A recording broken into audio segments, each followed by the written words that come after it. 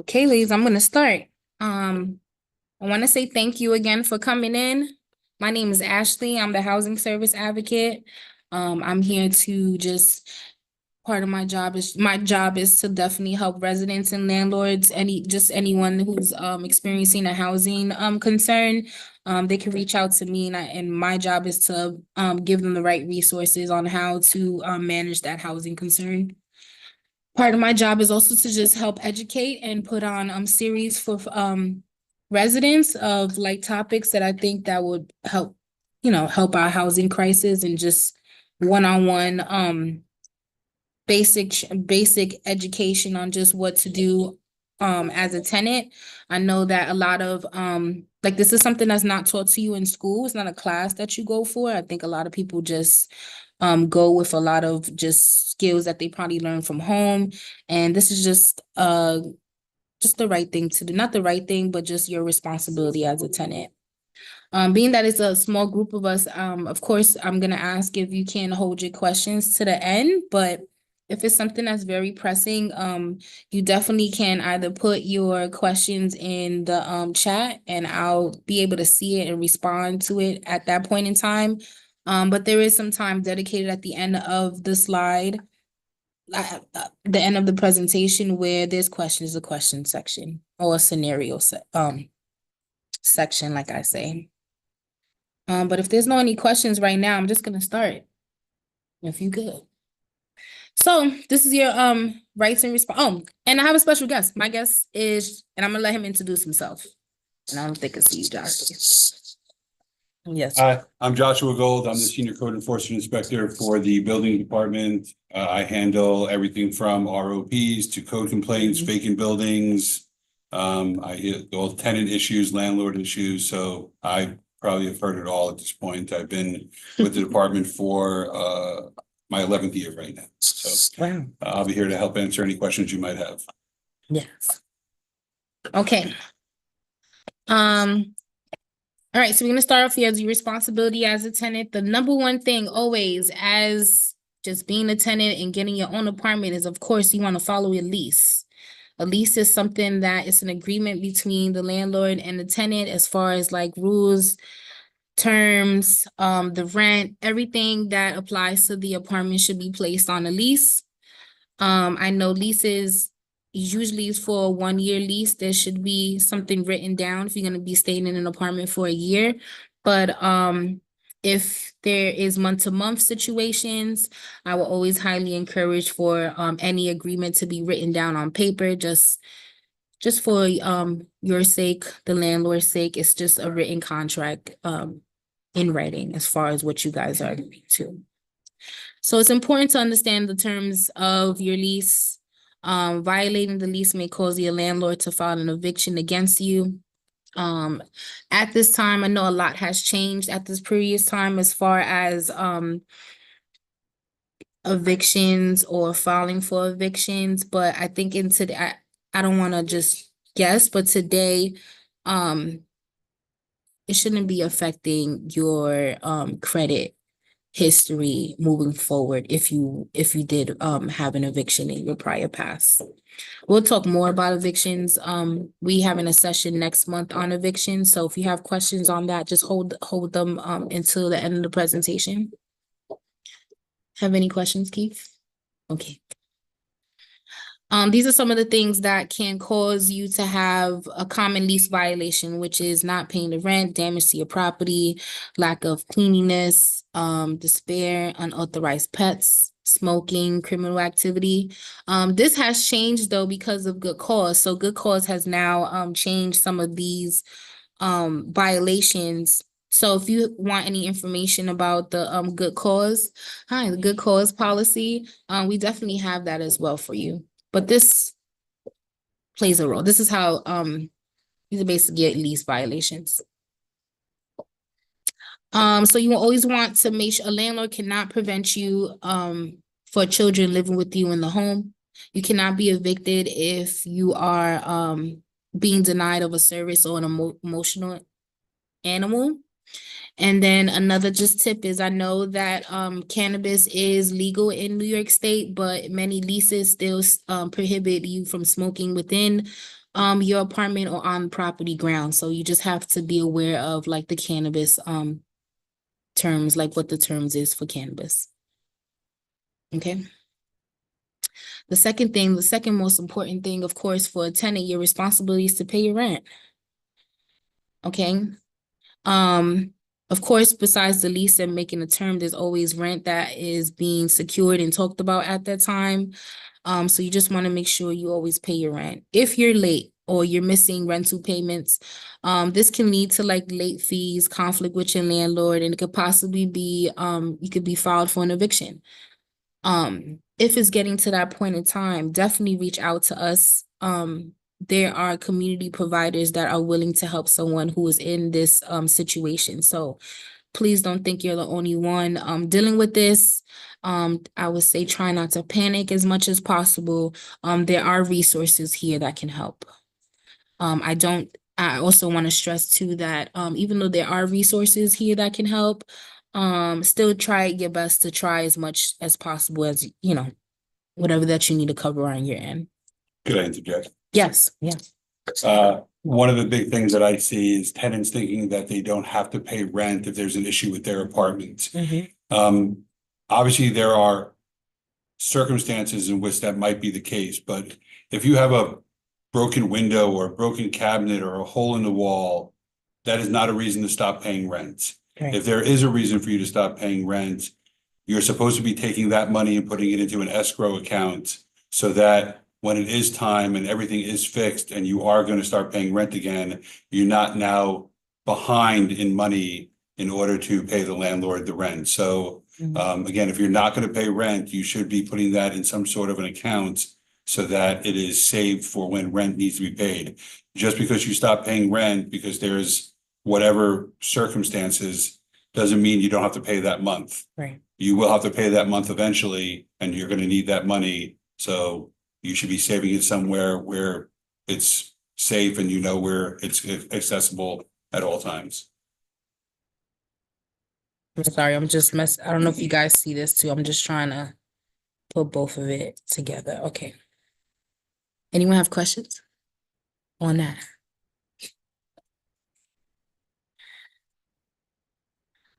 Tips for paying your rent on time. You can use a paper calendar. You could use a planner. You can just, you want to write down a reminder to pay the rent for, you know, a few days before. If you have a smartphone, of course, you can always set an alarm. Can you guys see me still? Dibsy, you can see us still? Yeah, I can still see you Okay. guys. And you still can see the PowerPoint? Yeah, it's just out of Okay. presenter mode now. Yeah, it's like different on the screen, but yeah. Yeah, so if you have a smartphone, it's easy. You can just set an alarm, an alert on your phone just to a couple of days before to set reminders.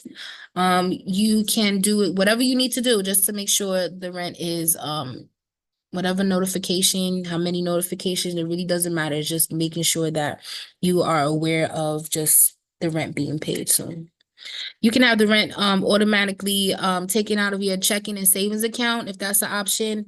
You always want to make sure that on the lease or when speaking to your landlord that you guys discuss how what kind of form of payment or just how that rent is going to be collected. You want to make sure you do that.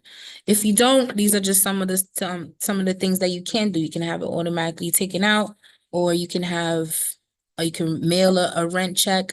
Always have your receipt, and then you can also have it that is being taken out of your debit card. What if you're having trouble with paying your rent? Again, despite there's a lot of financial stuff that's happening right now, including myself. So I see how, you know, it's definitely a struggle right now as far as rent, food, and a lot of costs going up. So again, I'm just gonna keep repeating myself that there are community organizations that will help if you are in this situation. But the best way to do this is always you want to communicate and just inform this to your landlord as to what's happening. Okay. Be honest. Just explain that you're having a financial emergency and that your rent may be late this month. You You also just want to assure your landlord that the rent is a priority, like you are going to get to it. You can offer to make a partial payment. Again, no, something is better than nothing. So even if you feel that maybe $10, $20 is probably what you can afford to give to your landlord, just so that your landlord can see that you still are, making that payment, that's gonna go longer than you not saying anything to your landlord. Okay. Let me see. Yes. I So think the make a space. presentation is frozen. It's frozen? Yeah. See this part? I see slide 8, tips for paying rent on time. You see me moving it now? Hold on, I'm gonna stop the share. I'm gonna do it again.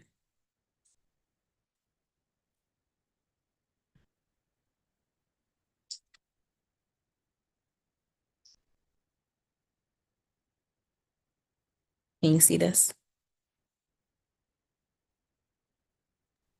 Yes. If you just want to hide present, yeah. Mhm. Oh. I stopped again, right?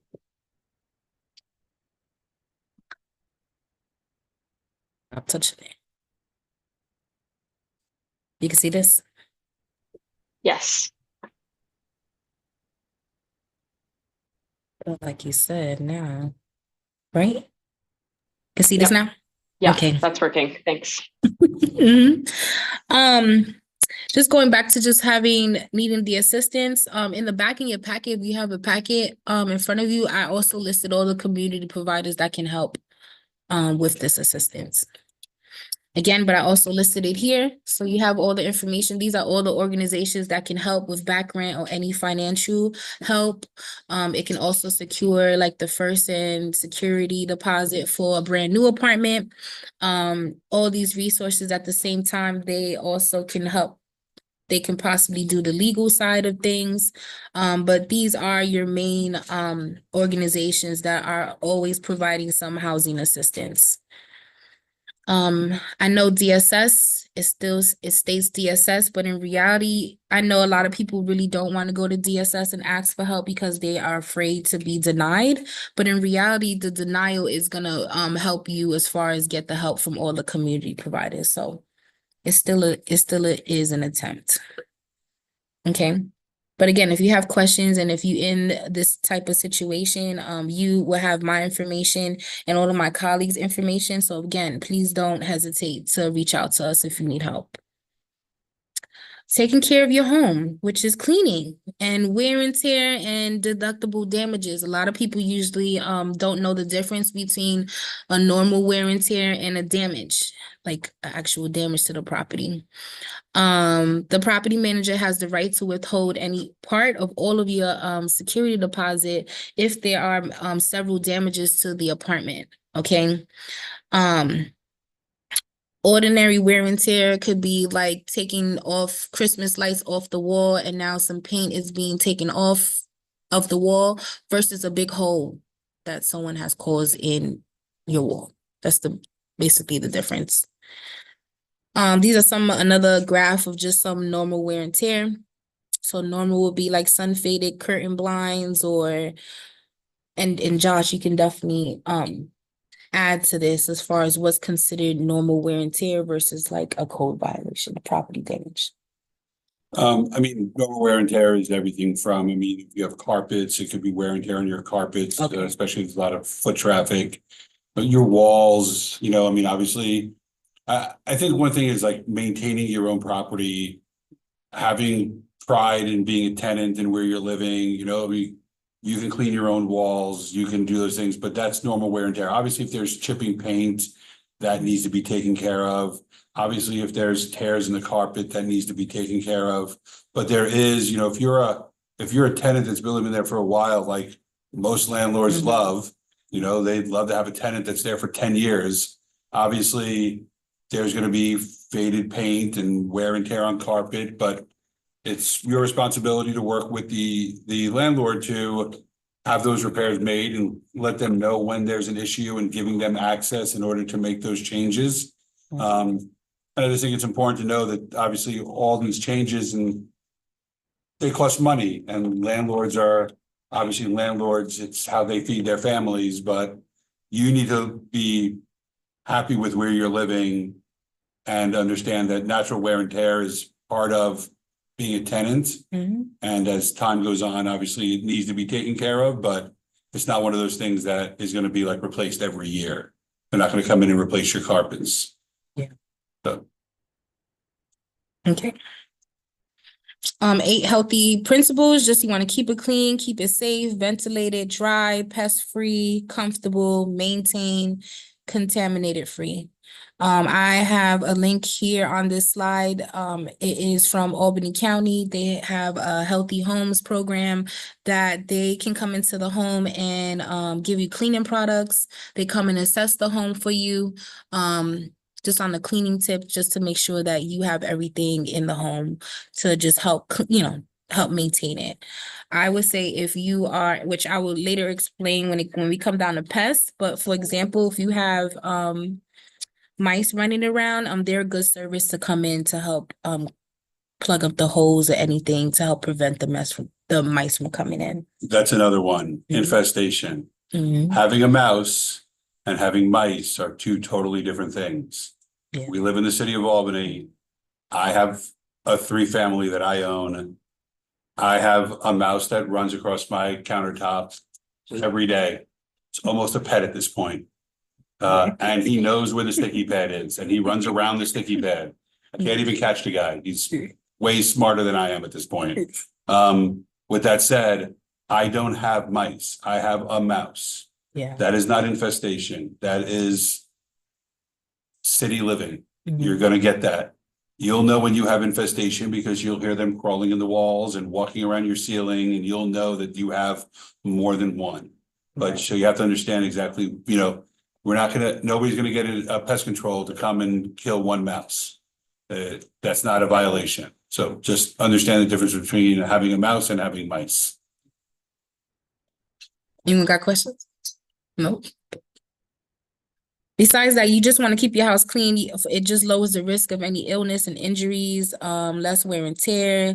You can keep your security deposit more, fewer issues with pests, lower the risk of a fire, and you want to spend time looking for items. These are some of your cleaners. These are the main cleaners that you can use, but please, I'm going to give you a very personal advice right now. Please don't use all the chemicals at the same time. You need ventilation. Don't do what I did. I used all these chemicals and nearly sent myself to the hospital because I kind of created a little bomb in my tub. So don't use the bleach and the ammonia and then everything else together. But these are some of the top cleaning products to use to clean that. Okay. I think we all know this, but it's still always something good for people to know. Fire and cooking safety, your basics of fire safety, smoke detectors and carbon monoxide alarms. You should have one, at least one, on each floor. You should have one in each sleeping area, and then it is your responsibility as a tenant to make sure that you are replacing the batteries and checking it manually. The landlord is the one that's supposed to make sure that the smoke detector is there, but let's say if that's not the case, American Red Cross will provide that for free. Okay. 7 ways to prepare your home for a fire. We don't talk about this more, but it is something that we should think about. Yep. You just want to create a fire safety plan. Okay. So even though you install the smoke alarms and test them regularly, you want to teach the little ones about smoke alarms and how to react to them.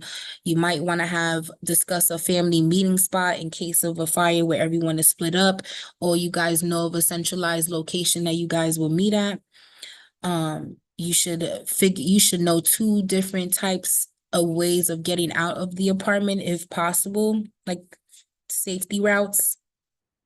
You want to create a family emergency communication plan. I know we don't talk about this, but you really should sit down and talk about, as like, God forbid, if something was to happen, what to do next. You can hold a family fire drill. at least twice a year. You want to teach everyone to call 911, and then you want to teach all members of your family to stop, drop, and roll. Okay. I think the most important thing is your remote control for your TV should not be used with the batteries from your smoke alarm. Yeah. Yes. I know it sounds weird, but you'll have no idea how many times I've seen people just take down their smoke alarms or their carbon monoxide alarms and use the batteries from that because they couldn't switch the channel on the TV. Yeah. Go buy more batteries. Yes. And you don't have to rely, I mean, batteries are expensive, I get it. Light bulbs are expensive. Well, light bulbs aren't expensive actually, but you don't have to go to your landlord for everything. Yeah, if your smoke alarm is beeping, change the batteries. Change the battery. You know, don't wait for your landlord, because if it takes them a couple of days and something happens in that couple of days, you don't have a working smoke alarm now. So being proactive is okay if you're a tenant. Yes. Right, which you don't need batteries, but that's not a requirement. It's not a requirement for 10 years. 10-year smoke alarms are a requirement on new build properties. Okay. Pre-existing apartments that have regular battery operated smoke alarms are allowed to continue using those smoke alarms. Obviously, it makes sense for a landlord to throw a couple of extra bucks in and get the 10-year, Right. but it's not going to fail their ROP inspection if they have battery operated still. Yeah. If they're working, then they're working. Yeah. Okay. Anyone got any more questions? This is an example of a fire safety plan that you can use. It's a lot of arrows. Yeah. It's just I don't go in different directions. I don't know if you noticed that. Little Jimmy's lost right now. yeah, it's just different. It's like two routes where you can create, but it's a good it's just a family plan. You just want to know where your rooms are, where the exits are. It's just being proactive. Everybody's jumping out of a window. Yes. Interesting. Why are there 20 people living in that apartment? It's a 2-bedroom. Safe cooking tips, just preventing kitchen injuries and accidents. You want to check your smoke alarms, carbon monoxide alarms. You want to clean and check your appliances regularly. Maintain proper ventilation, you just want to make sure there's air flow through your apartment and through your kitchen, and you just want to keep the floors and counter clean and dry as possible. Keep the children and the pets out of the kitchen when you are cooking. Never leave food unattended or the stovetop on, the oven on. Keep flammable ingredients or objects away from any heating sources, and pay attention to the small appliances. I have a little small waffle maker that it steams. I don't know why it smokes the way that it does, but I hardly use it just because I just don't want it to get. It's probably the chef, but It's too small doing the most. But if a fire does start in your kitchen, please remain calm. If a fire starts on the stovetop, turn off the burner and cover the pot with a metal lid. Know your like salt and baking soda might be alternatives that can help bring the fire down. A small fire extinguisher, always you should have that. In the oven or microwave fire, you just want to keep the door closed, the appliance door closed, because you don't want it to spread. And then of course, if you do not attempt to put out a grease fire with water. And then of course, when in doubt, just get out. Okay. Do you have anything, Paul? yeah, Grubhub, DoorDash, Uber Eats. If you're not a good cook, Just have somebody do it. yes. Yeah. It's true though. We don't realize how much sometimes little stuff like that we cause a fire.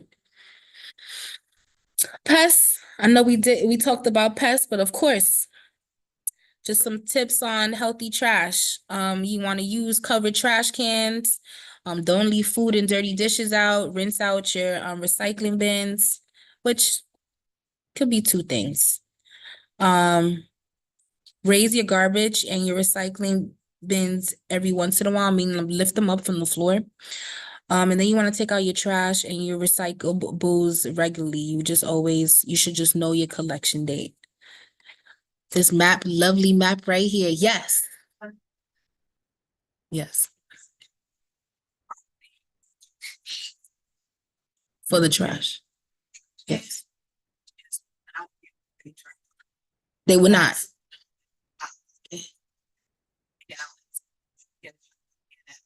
Big box store Yeah. that city, I'll provide you with trash. Yeah. If for those on Zoom, that is Lisa, and she is one of the info clerks here, right? So trash, definitely know about DGS, and just I don't know if you guys were able to hear that. Were you guys able to hear Lisa? No, they weren't able to hear you. So she was just saying that the landlord's responsibility to get the garbage cans. The city won't provide garbage cans. And the tenant shouldn't provide garbage cans, and that's a violation. Tenants should be asking for garbage cans. What tenants shouldn't be doing, again, like I keep saying, love the property you're in, treat it like it's your home. The minute you start overflowing a garbage can and not putting a lid on it because you have excess Right. garbage, especially kitchen waste, Yeah. you're attracting rodents. Yes. And so if you are a tenant that accumulates 3 trips to the garbage can a week and you don't have enough room, Mhm. you should mention that to your landlord. Now, if your landlord has already provided you with a garbage can, it would then be your responsibility to go get a second garbage can. But again, as I keep stressing, love your own neighborhood, love your own house that you're living in. Don't just be like, I'm just gonna, because I mean, I have neighbors where I live that their garbage is overflowing all the time. You're going to attract rodents, insects, critters, whatever it might be. It's just go and buy, like Lisa said, Home Depot, Lowe's, Walmart, Target, all sell garbage cans. They're not terribly expensive, and if you need an extra one, get an extra one. It's better than you then calling up that you have infestation, Right. because you won't have one mouse, you'll have 18 rats. Yeah. So, Yeah. And also, I know a lot of landlords bring it out to the front of the house, and so you can always see a whole bunch of trash outside of the house. Again, you just want to just be aware of when your trash day is and when they're coming to take that. Because the longer that stuff sits outside, again, the longer you will be getting pests and things coming into the apartment. If you ever need help as far as trying to figure out what day or when is your pickup, you can always contact any one of us and we'll be able to help you with that. But this right here is just a little graph of, and just DGS as far as like when their pickup days are. So you have a copy of this. What to do about pests? You know, pests can cause a lot of issues within the home. It can worsen your asthma and your allergies. I don't know if you guys hear the thunder behind us, but they can destroy your furniture and your clothing. They can contaminate food. I think we just all know how bad pests can be. You just have to be on it and just making sure that things are just clean and sanitary. This little graph here just shows you like where certain bugs come from. If you are interested and want to know just more about your bugs, that little graph will show you more. Again, just keeping food out of reach, keeping up with your dirty dishes, take the garbage out. Ask your landlord to repair any faucets or pipes if you see something that's unusual. And when moving, always use new cardboard boxes or any clean bins. How to treat your pests in your home. If you are responsible, this is why you also got to follow your lease, because in the lease, if it states pests, it can state either the landlord also will help.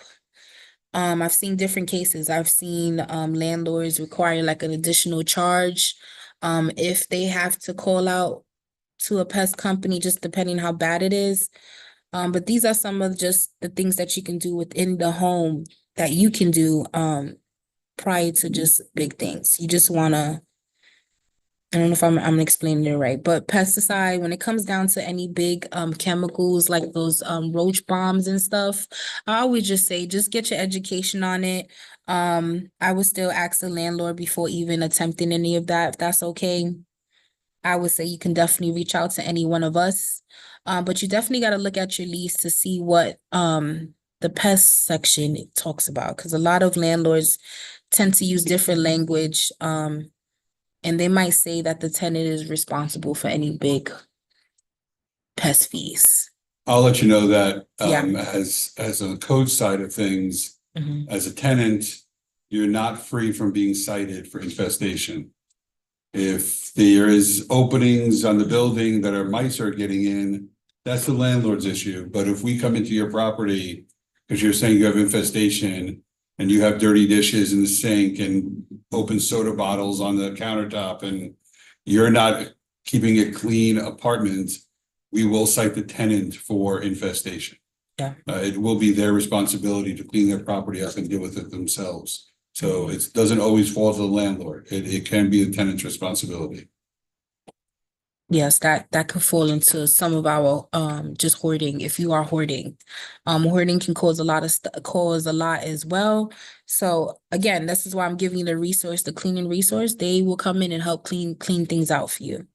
So please don't hesitate to use that service at all. They give free cleaning stuff, a lot of supplies. So take advantage of that as well. But if you do have any holes in your walls, and windows, you know, you just want to plug them up. They do sell like gels and foam that you can buy to help plug up the holes, but you just want to do the best that you can. All right. Anyone have any questions on it? All right. Again, the bug bombs are highly inflammable. To help minimize the risk of fire and explosion, you just have to make sure that no open flames are open at the time. The electrical appliances like the cycle, like so the air conditioner could be going on and off. You want to turn that off, especially if you're putting a bomb in the house. Those little bug bomb things are like a real big problem. Have you seen damage from those things? No? Seen it before. You want to know what kind of bug that you have? This website will give you that information. Rental repairs. Requesting rental repairs. So of course, if you see anything that's out of ordinary, common repairs that tenants have is like something that the tenants are responsible for is your air conditioner units, your drain line clogs, your washer and dryer connections, your smoke detector batteries, your light bulbs. Broken windows is different. We'll talk a little bit more about broken windows, but there's more to that. Pest control and pumping blockages. Okay. And tell me if there was anything else.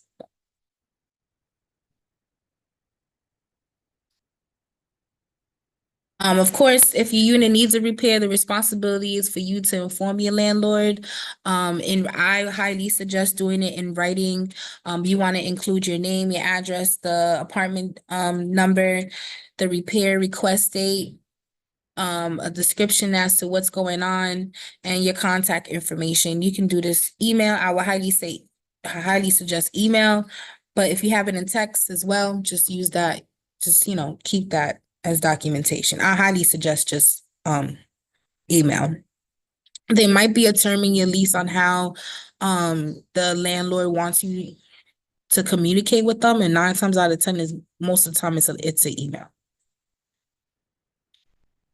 So it's have a little quiz, and you guys can tell me whose responsibility is it. Okay, you ready? So the first one, the building hallway light burns out. Whose responsibility is that? The landlord or the tenant? The landlord? Okay. Yep. The living room light burns out. Landlord or tenant? There are bugs in the apartment right after you move in. The landlord or the tenant? Right after you moved in. Should be the landlord. What you got? Your daughter accidentally breaks a window. The order.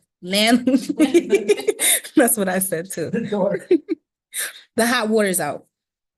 Landlord or tenant? Landlord. Your bathroom exhaust fan won't turn on. Landlord or tenant? It's built in, so it should be the Landlord? You find mold on the bathroom ceiling, landlord or tenant.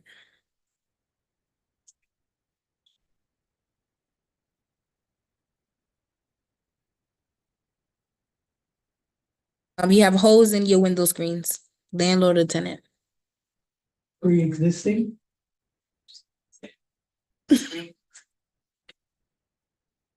If you did them, if they were there, landlord. Which one y'all going with? We leave that blank. Your kitchen sink is clogged, landlord or tenant.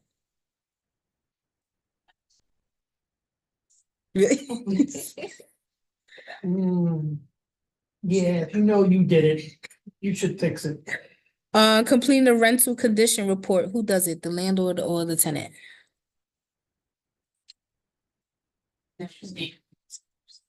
So meaning like putting a maintenance form, who does it? Maintenance request? And making repairs for normal wear and tear in the unit, who's that, the tenant or the landlord? Landlord? It was a trick question, everybody, because all the last ones were all the land. Mhm. At least, that's So the bugs in the apartment right after you move in, that's landlord and tenant. It's both you guys. Because in reality, if you are moving in, you say the first night you do have like, God forbid, you have bed bugs or something, you do want to inform the landlord. Especially if you don't have anything in it, you got bed. Your daughter accidentally breaks the window, that's the tenant. I want to say this, anything that is a tenant though, especially like the broken window, if your daughter breaks the window, is the landlord's responsibility to get the window fixed. Charging the tenant is a different scenario, like taking it out of the security deposit or telling them they gotta pay it. Ultimately, the landlord's gotta go fix the window. The Yeah. landlord's not gonna wait for the tenant to fix the window. I mean, they're working, they've got their kids to deal with, they've got other things on their agenda. It's not gonna be a priority for them to fix the broken window. So you'll need to go fix the window and work out an agreement with the tenant, but it is ultimately the tenant's responsibility to pay for it. But in order to get it fixed quickly, which is what should happen, it's the landlord that needs to take the action. What if the tenant says they didn't break it though? But I mean, again, it becomes the landlord's, I mean, if they're admitting that the daughter did it, then they should pay for it, but. Yeah. And every other- I mean, that question, yeah. Right, but in every other case, if it's just a broken window, then the landlord has to fix the window. It's part of the job of being a homeowner. So this is a little video that I'll show you guys on how to change a light bulb. I mean, we don't have to go through the whole thing, but I play it just to show everyone just how Did to. you just let people see?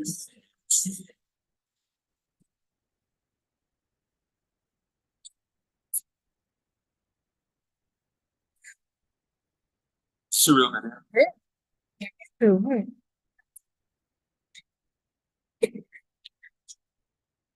Have to see, right? Did you see the video? Some God is going to. See.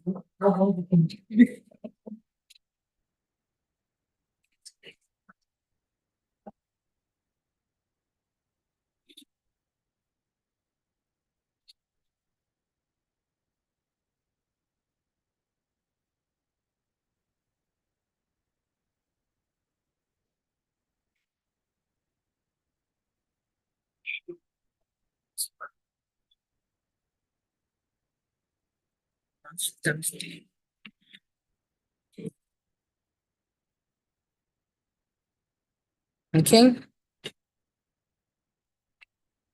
We get the gist of this? I think we did. I'm gonna switch it to the next one.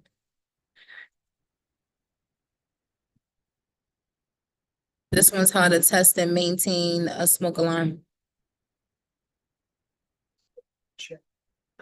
Yes.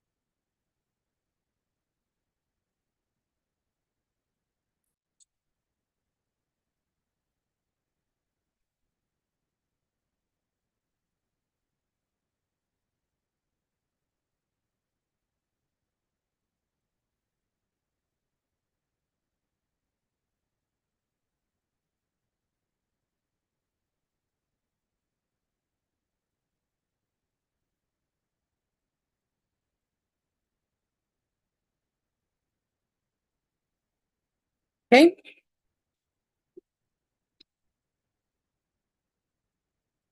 And just for the record, if this is tenants, if this is a tenant-based slideshow, right?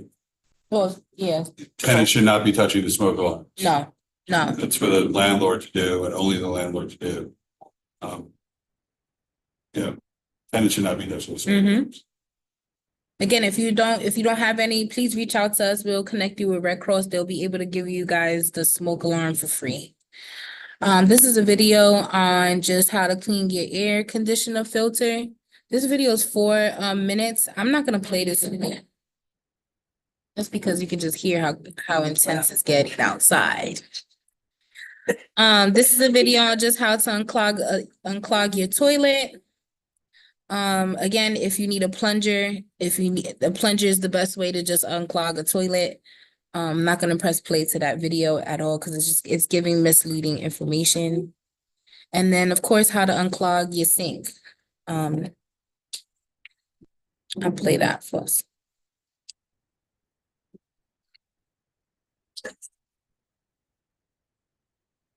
I'm just gonna fast forward that. Energy actions, just ways to save your money for energy. Of course, you have to pay your utilities. There might be that in your lease that you're paying your utilities within the rent. Or you might have to pay with the utility company such as National Grid. Landlords can raise the rent to offset higher utility costs. So that's something that they can do, but still they're supposed to fall under a certain percentage.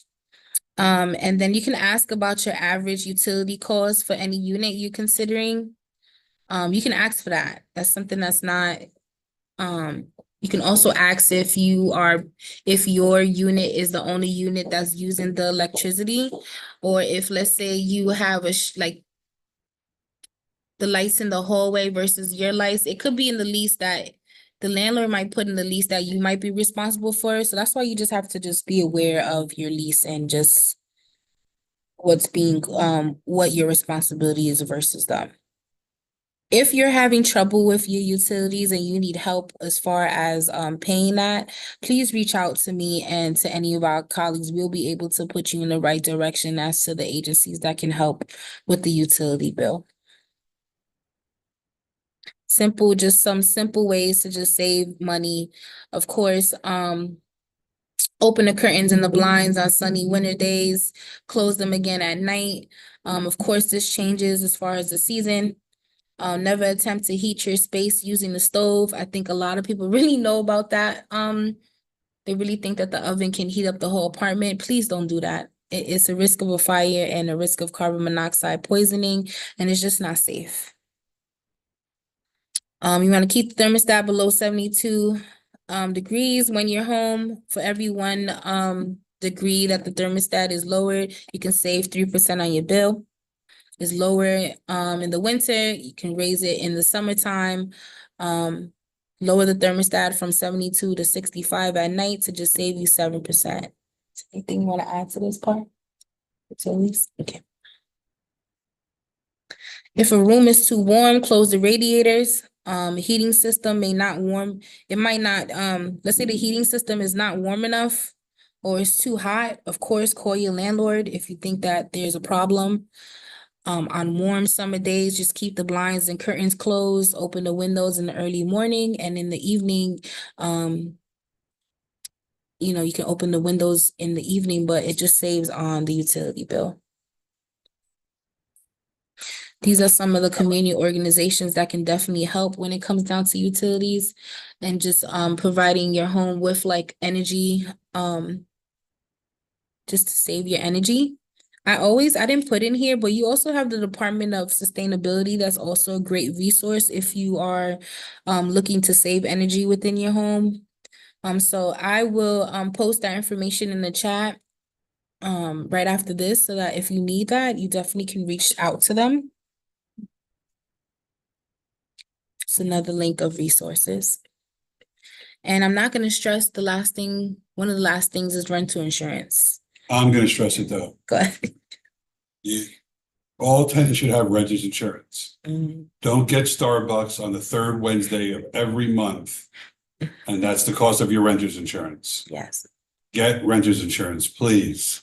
It's you don't get it, people tell you like, oh, you don't need it for your iPhone, you don't get it for your iPhone, or if you do get it for your iPhone, it's the same thing. Yeah. You never think you're gonna need it, and then when you need it, You you're should have it. extremely thrilled that you have this resource to be able to, whether it's your apartment was unsafe, unfit, and you had to go to a hotel and they reimburse you for the hotel, or there's a fire and you lose everything. And you have renter's insurance to get some of that stuff back, or to get you back on your feet in terms of furnishing another apartment. It's $10 a month. Mhm. I just want to say it again, even though there's only 4 people here right now, $10 a month. Get your renter's insurance. Is In she? fact, the city is trying to create code that says it's gonna be a requirement for you to have it. Yeah. I lived in an apartment complex in Albany where I had to have renter's insurance. And if I failed to give them my renewal agreement on the date it expired or within a week, they got renter's insurance for me and billed it as part of my rent. Mhm. So it's just great to have. Yeah. Because you never know when you're gonna need it, and when you need it and you have it, you're extremely thrilled about it. So get renter's insurance, please. Yes. Another one that people don't think about that rental insurance helps cover is for exactly something that we're experiencing right now, thunderstorm, a natural disaster. A lot of people within the last storm that we had in Albany was really bad, where people lost their roofs, the trees came into the house. Of course, rental insurance is what protects that and your belongings. It also protects damages in a lawsuit. It protects your medical bills. It just covers you during that time period where you are without a home. Cost of rental insurance is, yes, is very cheap. Is cheaper than Netflix.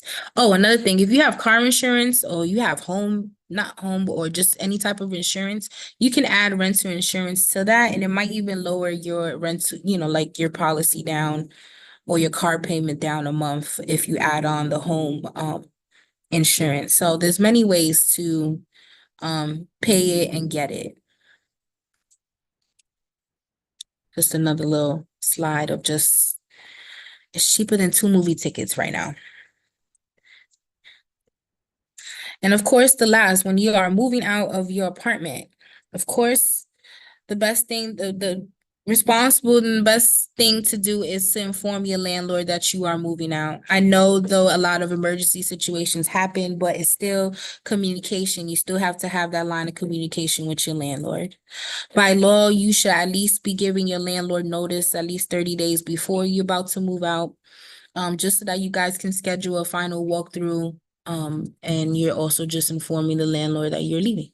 Also, if you are moving out, be flexible with your landlord to show your apartment to the next tenant. Yeah. They want to get somebody in there as soon as they can.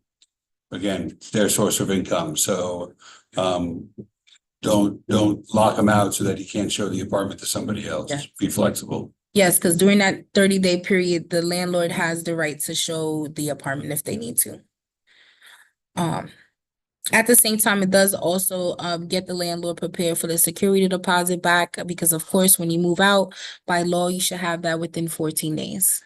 And if you don't get it within 14 days, the landlord's still supposed to provide you a written statement as to why, and a breakdown as to why the security deposit was taken away. Of course, during your walkthrough, you want to just have a final walkthrough. You want to give the landlord the opportunity, you and the landlord, to walk through it and to just look at any wear and tear. And just, you want to maximize and just, you want to get your money back, as far as just making sure that the unit is just returned back the way that you got it. But also remember, your walkthrough isn't the end of whether or not you get back your security deposit. If, like we talked about, the daughter breaking the window, that your security deposit could have been used for that. So there are things over the course of you living there, whether it's a year or 10 years, there are things that could have happened over that time that your security deposit could have been used up. So don't think that, oh, this apartment now is the way I left, when I came in is the way I'm leaving it. I'm gonna get my full security deposit back, because if you lived there for 3 years, there might have been instances where that was used. So, You wanna really clean it out, same way you got it, it should be the same way you return back. So of course, you gotta clean the refrigerator, the freezer, the cabinets. You have to clean all those things out. You gotta patch the large, any little hole that you can patch up yourself. I would highly recommend you doing that. Making sure all the light bulbs work, check the batteries and the smoke detectors, undo any major changes. So for example, I know that a lot of people like to paint their house a different color, but there might be something within the lease that before moving out, you have to repaint the house the same color that it was before.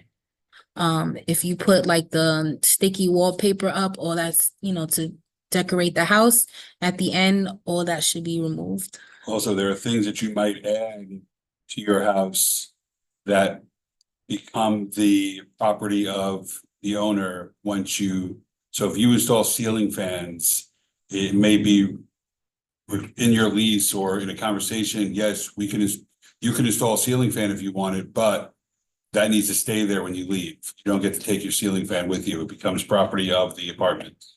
That is a possibility. So, just saying, Yeah. there are things you can add, but don't think that they're gonna go with you at the end. No, that's why if you do add anything, I would just let the landlord know what's happening. Because it could be that they might want might want to keep it the way that it is. I've seen that before too. So always just keep that line of communication with your landlord. And of course, you just want to do a complete final report, rental condition walkthrough with your landlord. Of course, you want to write down any outstanding repairs or any cleaning tasks after the inspection. Drop off all the keys that were given to you when you moved in. So the mailbox key, any common areas, you just want to give that back to the landlord. And you just want to make sure that you are providing the forwarding address so that you could get your security deposit. Just lines just being open with your landlord. Does anyone have any questions? So that is the end of our presentation. These are the upcoming housing series. We are now doing this once a month. The next one is gonna be legal representation. So the moment that if you ever receive an eviction notice, what to do at that point. We'll be co-hosts with legal aid, so that you will have the opportunity to ask just a lawyer or anyone just what to do for eviction. That's gonna be on the 22nd, and that's gonna be at the Washington Avenue Library. So stay tuned. You might see us posting that Zoom link as well, and just posting that information around. So you might see that just circling on social media. You might even see a flyer at a bus stop, because we're just trying to get to as many people as we can. In September, we just gonna focus on mental health and disability rights within housing. And then in October will be a session on domestic violence. And that will be within Our Own Voices, United Tenants, Legal Aid. Yeah, and Legal Aid. Once we get that date finalized, you'll see we'll be posting that on the website, and we'll be reaching out to everyone as far as the domestic violence cases within housing. But besides that, if you guys have any questions or concerns, all of our information are added to the slide.